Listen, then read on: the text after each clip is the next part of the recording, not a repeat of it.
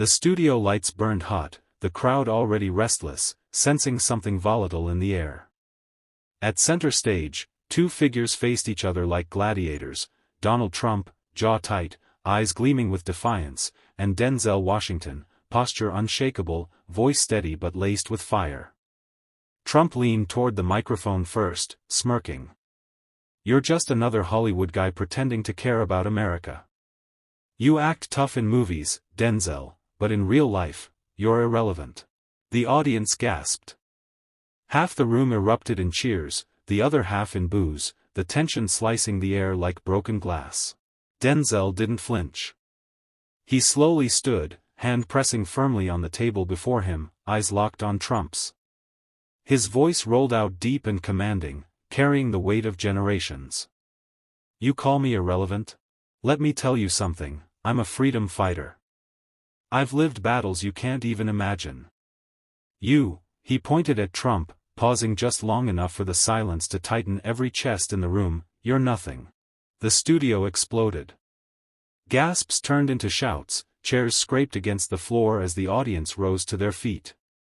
Trump's smirk faltered, his eyes widening, his hands gripping the desk tighter as if the words themselves had knocked the breath out of him. Denzel didn't break his gaze. He stood tall, unshaken, radiating a raw authority that made the cameras zoom closer, capturing every flicker of the storm in his eyes. This wasn't scripted. This wasn't theater. This was war, and the first strike had just landed. Trump's face flushed red, his trademark confidence slipping into raw anger. He slammed his hand on the table so hard the microphones rattled. "Freedom fighter," he barked, his voice booming through the studio. "Don't make me laugh, Denzel. You're nothing more than an actor who hides behind cameras and scripts. You don't fight battles, you read lines." The audience roared, some jeering, others screaming in defense of Denzel. The studio had become a battlefield, the crowd split down the middle, each word igniting cheers and boos like sparks in a dry field. Denzel didn't move at first. He let the noise wash over him, let Trump's words hang in the air like a bad smell. Then, slowly, he leaned forward, his voice cutting through the chaos like a blade. "You think freedom is a script? You think struggle is a performance? I buried brothers who didn't make it back. I've seen real pain in real streets, not gilded towers built on someone else's sweat." A hush fell. Even Trump, for a moment, seemed caught off guard by the weight of it. Cameras zoomed in on his eyes, narrowing now, searching for a comeback. His lips curled into a sneer. But Denzel wasn't done. He raised his hand high, not pointing, not accusing, just raised, as if calling the whole room to attention. "Don't confuse my platform with your power. My voice belongs to the people. Yours." He let the silence build, the pause dragging every heartbeat tighter, "belongs to yourself." The audience erupted again, louder than before. A chant began somewhere in the back, "Denzel! Denzel!" rolling forward like a tidal wave. Trump shook his head, forced a grin, but his grip on the desk betrayed him. His knuckles had gone white. This wasn't just a debate. This was humiliation building live, on air, and the crowd was smelling blood. Trump leaned forward, his grin forced but sharp, his voice rising above the thunder of the crowd. "You talk about burying brothers, Denzel, but let's get real, this isn't a movie set where you get to play the hero. This is America, and in America, leaders don't come from Hollywood soundstages. They come from grit, power, and results. Something you've never delivered." Gasps rippled through the audience. Some cheered wildly, waving Trump banners, while others booed so hard the moderator's calls for order were drowned out. The tension was electric, a live wire running across the stage. Denzel tilted his head, calm but dangerous, like a storm about to break. His eyes locked on Trump with a stare so unshakable the cameras zoomed in, capturing every flicker of emotion. Then he spoke, low and sharp, a dagger disguised as words. "Results? You think bankrupt casinos, broken promises, and tearing people apart is a result worth bragging about? You call that leadership? I call it failure, loud failure." The audience exploded, half in shock, half in applause. A woman in the front row shouted, "Tell him, Denzel," while another man in a red cap screamed, "Sit down, actor." Trump's jaw tightened. He pointed across the table, his fingers shaking not with weakness but with rage. "Careful, Denzel. You don't know what you're stepping into. You may think you've got the crowd now, but they'll forget you tomorrow. Me? I'm history. I'm legacy." Denzel leaned closer, cutting him off before the words could echo. His voice rose, fierce and unyielding. "History remembers truth, not lies. And legacy? That's written by the people, not by men desperate to cling to their own image." The chant started again, louder, more unified, "Denzel. Denzel." The studio felt like it was shaking. Trump tried to wave it off, but the cameras caught the twitch in his expression, the flicker of frustration he couldn't hide. This was no longer a debate. This was war on live TV. Trump slammed his palm on the table, the microphones rattling from the impact. His voice thundered through the studio, "You think you're some kind of freedom fighter? Please. You're just an actor who memorizes lines. Without a script, you're nothing. Nothing. America doesn't need speeches, it needs strength, and you don't have it." The room went silent for a split second, the kind of silence that feels like the air itself is holding its breath. Then the eruption came. Gasps, boos, cheers, it was chaos. The moderators shouted for order, but no one listened. Trump had thrown gasoline on a fire already raging. Denzel didn't flinch. Slowly, deliberately, he stood, the spotlight catching his face like a man stepping into a final round. He leaned forward, his voice calm but razor-sharp. "You mistake acting for truth, Trump. I don't need a script to call out a fraud. You built towers of glass, but you built them on lies. I built trust, faith, and legacy that no building can replace." The crowd roared, half of them on their feet chanting his name again. "Denzel, Denzel." Others shouted back, "Trump, Trump." The clash of voices turned the studio into a battlefield of sound. Trump's face reddened. He jabbed his finger toward Denzel, spitting his words like bullets. "You don't represent America. You represent Hollywood elitism. And let me tell you something, patriots don't bow to actors pretending to be leaders." Denzel's eyes narrowed. He lifted his hand, not a finger this time, but his whole palm, high and unshakable, commanding silence from the audience. And when he spoke, it wasn't just to Trump, it was to everyone watching at home. Patriots? Patriots don't worship power. They fight for people who can't fight for themselves. That's freedom, that's America. And if you can't see that, maybe you were never the leader you claim to be. The words cut so deep that even Trump's supporters faltered. For the first time, the camera caught Trump without a comeback, his mouth open, but no words spilling out. The studio lights seemed to burn hotter. This wasn't just debate anymore. It was survival. The silence stretched, unbearable, until Trump forced a laugh, low, mocking, the kind meant to wound.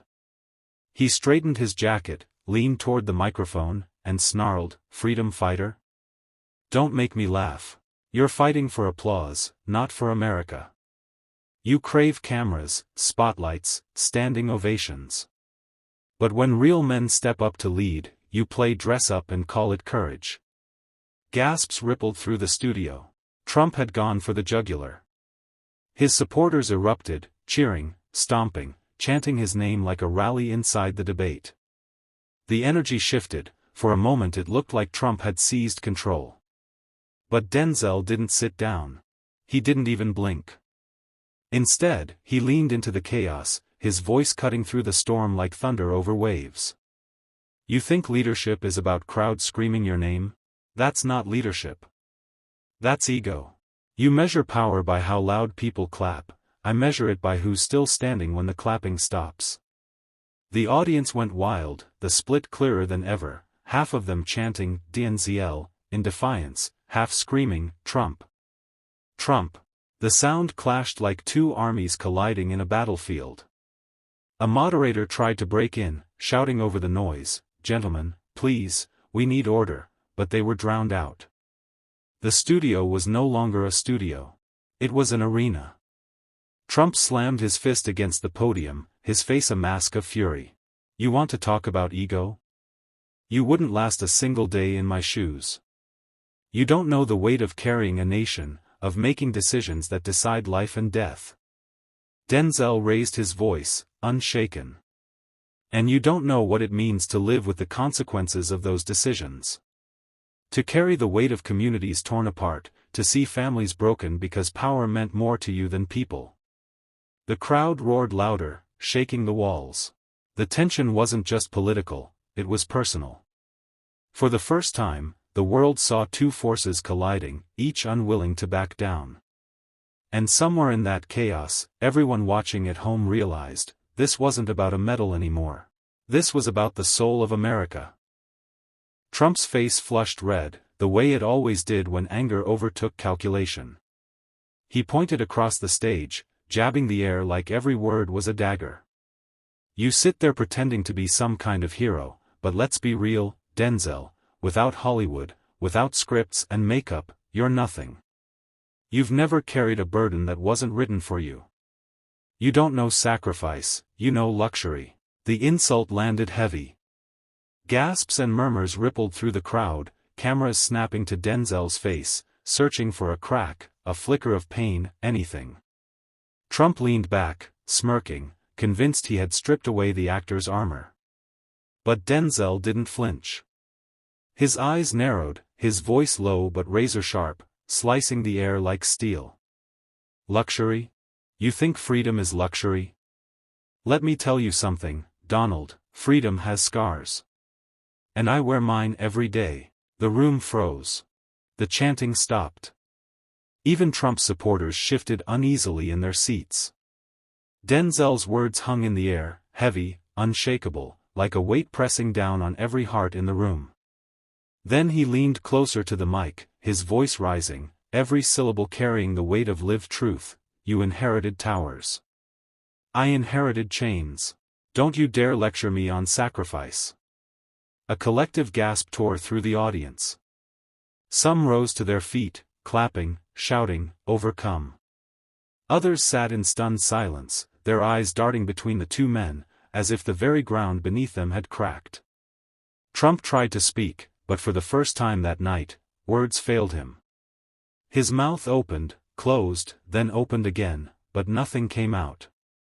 He looked cornered, stripped of his usual armor of insults. The moderator's voice trembled, "Mr. Trump, do you have a response?" But there was nothing. The camera zoomed in on Trump's frozen expression.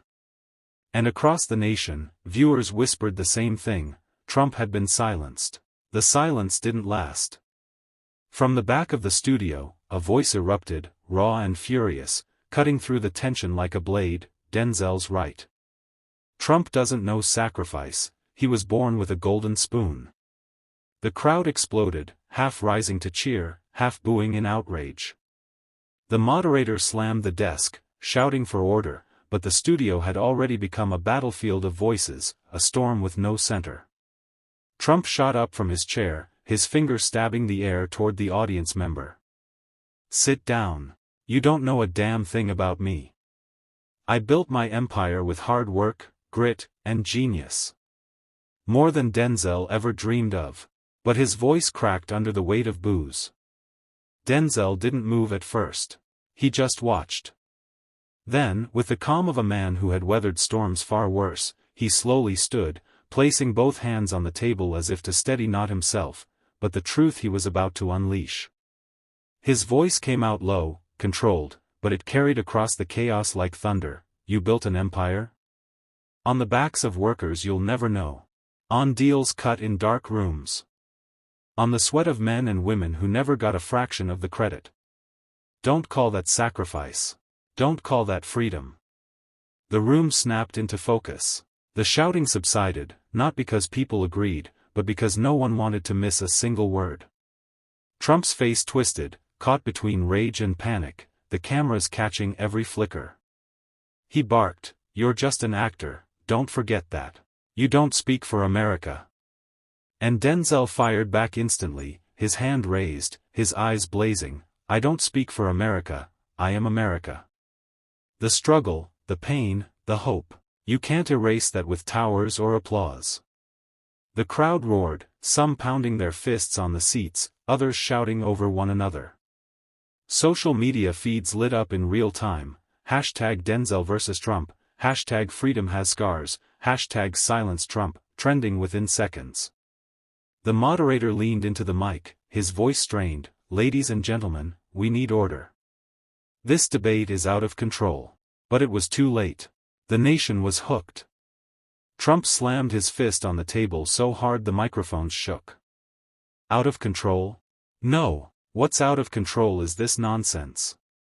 An actor pretending to be a prophet, lecturing me about sacrifice. I ran this country, you just play heroes on screen. The sound of his hand hitting wood echoed like a gunshot. The crowd gasped, some even rising to their feet as if something physical might erupt. Security at the edge of the stage shifted uneasily, waiting for the signal. Denzel didn't flinch. He didn't even blink. Slowly, he stepped forward, his body calm but his eyes burning. He pointed, not at Trump, but at the audience, as if to remind them who this moment truly belonged to. His voice was sharp, slicing through Trump's rage like steel. You ran the country? No, you divided it. You built walls between neighbors and called it leadership. You spread fear and branded it patriotism. That's not sacrifice, Mr. Trump. That's theater. The studio went dead silent again, this time not because people were stunned, but because they were waiting, breath held, for Trump's comeback. Trump leaned over the table, red-faced, jabbing a finger toward Denzel. You don't get to tell me what America is. You never wore the weight of that office on your shoulders. And then Denzel, in one swift move, raised his entire hand in the air, his palm open, commanding silence like a judge delivering the final verdict. I carried the weight of this country long before you sat in that chair. In the streets, in the struggles, in the faces of people you'll never meet. That's America, Donald. And that weight? It never leaves you. The audience erupted, not with chaos, but with a thunderous, unified applause. Some even stood, clapping above their heads, tears in their eyes. Trump froze, his lips parting, but no words came. For the first time, he looked cornered, not by Denzel alone, but by the truth echoing through the room. Social media was already exploding, clips of Denzel's raised hand, captions reading, "This is the real America," spreading like wildfire. The moderator's voice cracked with urgency, "Gentlemen, please, we must regain control," but it was clear, control belonged to Denzel now. You think you're America's conscience? You're nothing but a Hollywood preacher, selling drama to people too blind to see reality. You don't know what it takes to fight, to win, to hold power in your hands. He pounded the table again, leaning forward so far it looked like he might leap across it. His face was a storm of red, his voice cracking under the weight of his own fury. But Denzel just stood there, perfectly still, letting Trump's words burn themselves out. The camera zoomed in on his face, calm, carved with the kind of resolve that doesn't need to shout. When the noise finally died, Denzel spoke. His tone was low, but every syllable struck like a drumbeat. Power? You confuse it with fear. Power is not how loud you scream, it's how long the truth echoes after you're gone. The audience went wild. Some leapt from their seats. Others simply covered their mouths in shock, as if they'd just witnessed history being rewritten in real time. Trump froze, mid-breath. His mouth opened, then closed. For the first time in decades, Donald Trump had no comeback. The moderator tried to cut in, stammering over the roar, we need to wrap this up, but it was useless. Denzel lifted his hand once more, his voice carrying above the chaos, "You don't scare me, Donald. And you don't scare America. Not anymore." The final shot lingered on Trump's stunned expression, the applause thundering like an earthquake, as if the whole country was inside that studio. Social media ignited, Denzel ended him, the moment Trump lost the room, and hashtags that spread across the globe in minutes. The studio was no longer just a studio. It felt like an arena, like the world itself had folded into those four walls. The applause, the chants, the echo of Denzel's last words still hung in the air. Trump shifted in his chair, his tie slightly loosened, his usual swagger stripped away. He leaned toward the microphone, forcing a smirk that didn't quite reach his eyes. "You'll regret those words, Denzel. America doesn't follow actors. It follows leaders." Denzel didn't even blink. He stepped closer, closing the distance between them, his voice cutting sharper than any headline. "Leaders don't need followers. They need courage. And you lost yours the moment you traded truth for applause." The silence that followed was deafening, heavier than the loudest roar. Even Trump's loyalists in the audience couldn't muster a cheer. Then Denzel turned, not to Trump, not to the moderator, but straight into the cameras. His eyes burned with unshakable certainty. America isn't built on towers, or deals, or empty slogans. It's built on sacrifice, on justice, on the voices you try to silence. And I'll never let you silence mine. The crowd erupted like a tidal wave, standing, shouting, stamping the floor so hard the stage vibrated. The camera cut to Trump's face, pale and rigid, his jaw locked as if he'd just witnessed his empire cracking in front of him. On social media, the moment exploded instantly. Red circle, Denzel just buried Trump on live TV. Red circle, this is the clip future generations will study. Red circle, one man just changed the tone of America. The broadcast ended not with Trump's words, but with Denzel's final image, standing tall, hand raised, his shadow stretching across the studio floor like a reminder that truth, once spoken, can't be erased. And that was the night Donald Trump met not an actor, not a celebrity, but a fighter who left the entire nation holding its breath. In the end, it wasn't just a debate. It was a clash between power and principle, ego and truth. Denzel Washington stood tall, not as an actor, but as a voice of conscience, reminding America that freedom isn't granted by politicians, it's defended by those who dare to speak. And on that stage, his words didn't just silence Trump, they echoed far beyond the studio, straight into the heart of a divided nation.